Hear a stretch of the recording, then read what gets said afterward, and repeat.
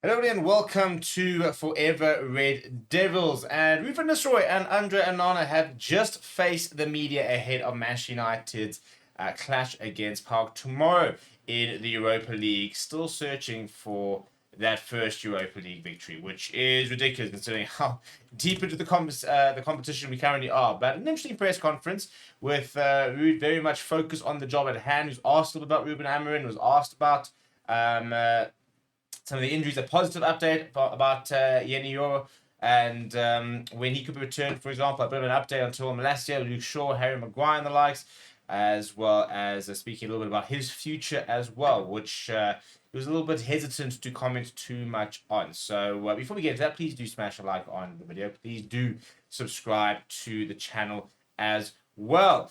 Tomorrow night, 10 o'clock or 8 o'clock PST is the kickoff time. So set your alarms in your calendars.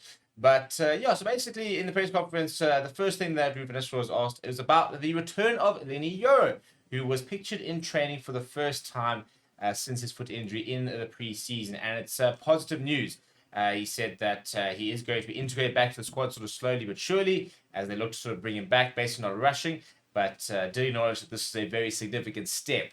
The fact that he is back on the grass, he did train with the squad, and did confirm this is his first time with the squad since his injury. In terms of other injury news, Tyrell Malacia apparently the closest to returning. He is back in full training. Apparently, no restriction or anything like that, and it sounds like they're going to look for under 21 games and the likes to give him some minutes, start building him back into full fitness. But it does sound like his return is around the corner. Luke Shaw currently doing pitch work, and I think from the sounds with some training with the teams, but not a lot. Harry Maguire is apparently still very much in his rehab stage, working inside of the gym and the likes, trying to get back. He didn't actually offer much of an update on Kobe Mainoo. So a small injury positive. He didn't really mention the likes of Christian Eriksen, who had a knock. We wait to see if he should be fit for this week. But those are sort of the main four injuries, sort of the longer term injuries that he gave a little bit of an update about. After that, he was asked about whether he's had contact with Ruben Amorim, who is absolutely buzzing. I'm sure after last night's victory over Manchester City, that's caused quite a lot of buzz around him. And some interesting questions posed to both Ruud van Nistelrooy as well as Andre Onana about the current United squad ability to adapt to the tactics and the system that Ruben Amorim currently has at Sporting, which did a bit of a demolition job on Manchester City. Yes, there were a couple of penalties, as well as a missed penalty from Erling Haaland, coming a bit of a meme at the moment. But so the main thing is that apparently there's been no contact between Ruud and Ruben Amorim as of yet. He has not been in contact at all, and he's very much focused on the current situation. So he was asked about his future, for example. What's the ideal situation? Where does he fit in? And basically, he's not thinking about that. He said that conversation will need to be had about whether he stays, what his role is going to be, and whether he's going to work with Ruben Amorim. But he says that the best way that he can support the new manager right now is to give the squad over to him in the best possible position with regards to results, positions on tables, and the like. So very, very stern about the fact that he's not focusing on the future, which obviously he is. In the background, there'll be lots of question marks regarding, but you get the sense he wants to stay at Manchester United. I think that's the main thing, and he's been quite clear about that he wants to stay in whatever capacity, whether it's back as assistant or whatever, as a consultant or whatever. He will want to remain with the squad. He wants to remain involved in Manchester United. Now, that means I think right now he's viewing this as an opportunity to prove himself.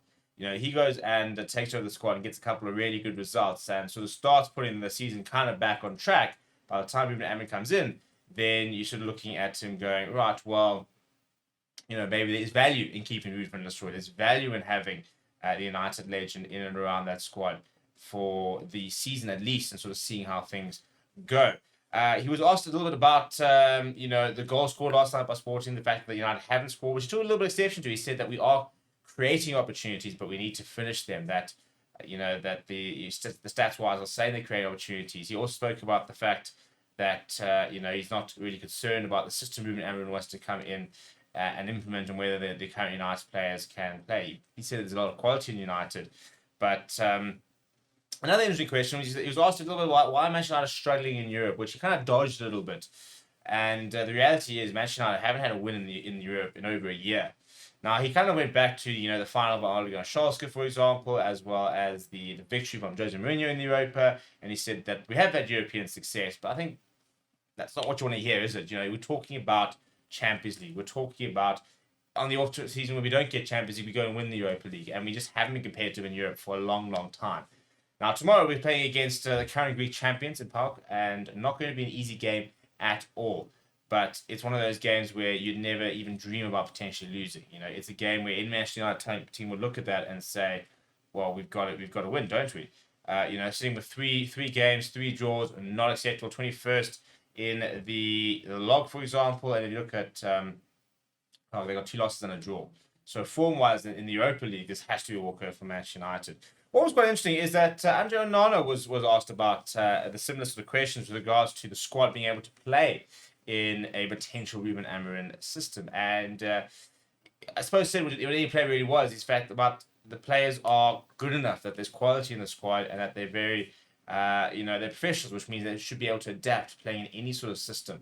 He did admit that he did watch last night's game, as I'm sure a lot of, I think if any Manchester United supporter, player rather, is not currently watching every bit of footage possible of what things are like under Ruben Amorim, then you're doing yourself a disservice, because he's going to come in and he's going to implement not necessarily maybe the same system, but very, very similar, and he'll definitely implement aspects. So as a player, if you want to thrive under the new manager, you need to understand what he might want from you. So, if you're a centre-back, you should be watching, how does he want to play out the back? How does the back three work? How, if I'm playing there, where would I probably slot in, for example? As a striker, what are the kind of chances that are being created in the system?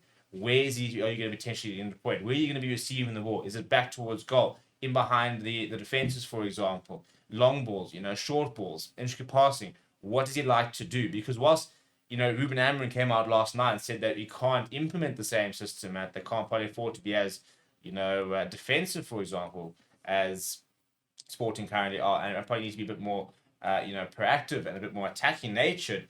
He's going to, especially when things go tough, he's going to go back to what he knows and what he can implement.